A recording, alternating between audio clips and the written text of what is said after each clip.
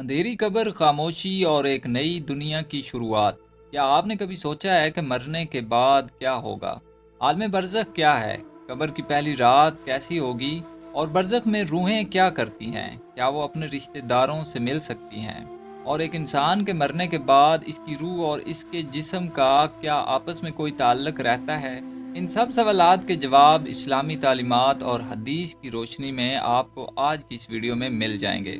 تو ویڈیو کو بنا سکپ کیے آخر تک لازمی دیکھیے گا۔ یہ دنیا، یہ دنیاوی رشتے، یہ دولت، یہ شہرت، سب کچھ ختم ہو جائے گا۔ ہم میں سے ہر شخص، چاہے وہ بادشاہ ہو یا فقیر، عالم ہو یا جاہل، آخر کار قبر کی تاریکی میں اتارا جائے گا۔ مگر کیا ہم نے کبھی سوچا ہے کہ مرنے کے بعد کیا ہوگا؟ لفظ برزخ کا کیا مطلب ہے؟ لفظ برزخ عربی زبان کا ہے، جس کا مطلب ہے رکاوٹ یا پھر حائل پردہ۔ برزخ در حقیقت دنیا اور آخرت کے درمیان کا وہ پردہ ہے جس میں ہر روح قیامت تک کے لیے چلی جاتی ہے۔ یہ نہ دنیا کی زندگی ہے اور نہ ہی آخرت کی، بلکہ ایک ایسا مرحلہ ہے جہاں ہر شخص کو اس کے اعمال کے مطابق جزا یا سزا ملتی ہے۔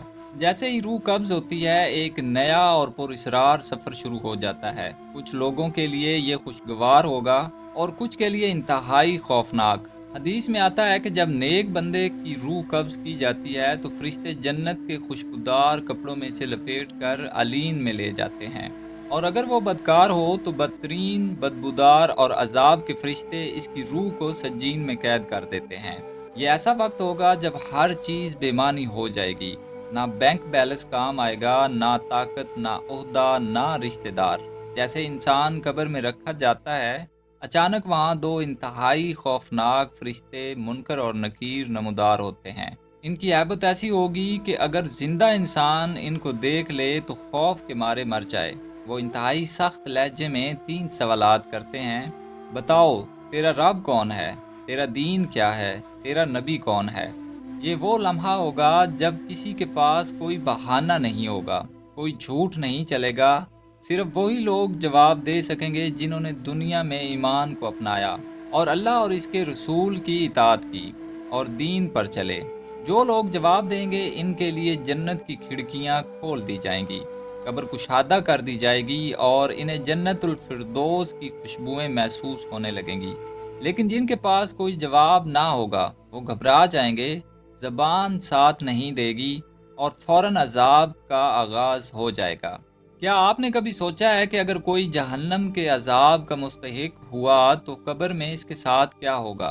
حدیث میں آتا ہے کہ ایسے لوگوں کے لیے قبر اتنی تنگ ہو جاتی ہے کہ ان کی پسلیاں ایک دوسرے میں پیوست ہو جاتی ہیں۔ قبر تاریک اور وحشت ناک ہو جاتی ہے۔ بدبو اور عذاب کے فرشتے اس کے ساتھ سختی سے پیش آتے ہیں، اور سب سے بڑھ کر جہنم کے دروازے اس کے سامنے کھول دیے جاتے ہیں تاکہ وہ مسلسل عذاب کو دیکھ کر مزید خوف زدہ ہو۔ ایک روایت میں آتا ہے کہ ایک بدکار شخص کی قبر میں ایک انتہائی بدصورت اور بدبودار شخص آتا ہے اور کہتا ہے کہ میں تیرے برے اعمال ہوں۔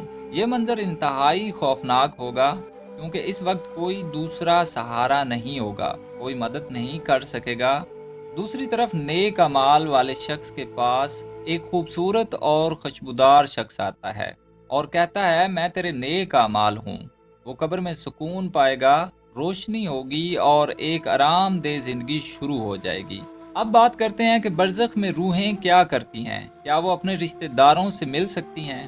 نیک روحیں برزخ کے علین حصے میں ہوتی ہیں، جہاں وہ دوسری نیک روحوں سے ملاقات کرتی ہیں، ان سے بات چیت کرتی ہیں اور دنیا میں اپنے رشتہ داروں کی خبریں معلوم کرتی ہیں۔ اگر ان کے کسی عزیز کا انتقال ہو جائے اور وہ نیک ہو تو وہ خوش ہوتی ہیں اور کہتی ہیں الحمدللہ، وہ بھی ہمارے ساتھ شامل ہو گیا۔ لیکن اگر وہ گناہگار ہو تو وہ افسوس کرتی ہیں اور کہتی ہیں کاش وہ نیکی کے راستے پر ہوتا۔ جبکہ بد روحیں برزخ کے سجین حصے میں قید کر دی جاتی ہیں، جہاں ان پر مسلسل عذاب ہوتا ہے۔ وہ اپنے دنیاوی رشتہ داروں سے نہیں مل سکتی، نہ ان کی دعائیں وصول کر سکتی ہیں اور نہ ہی ان کے لیے کوئی نجات کا ذریعہ بنتی ہیں۔ برزخ کی زندگی قیامت تک کا انتظار ہے، جہاں نیک لوگوں کے لیے جنت کی جھلک ہوگی اور برے لوگوں کے لیے جہنم کا ایک ٹریلر ہوگا۔ حدیث میں آتا ہے کہ ایک نیک روح جنت کی جھلک دیکھ کر دعا کرتی ہے کہ یا اللہ قیامت جلدی لے آ تاکہ میں جلدی سے جنت میں داخل ہو جاؤں، جبکہ ایک بدروح چیخ چیخ کر کہتی ہے یا اللہ قیامت کبھی نہ آئے کیونکہ میرا انجام جہنم میں ہے۔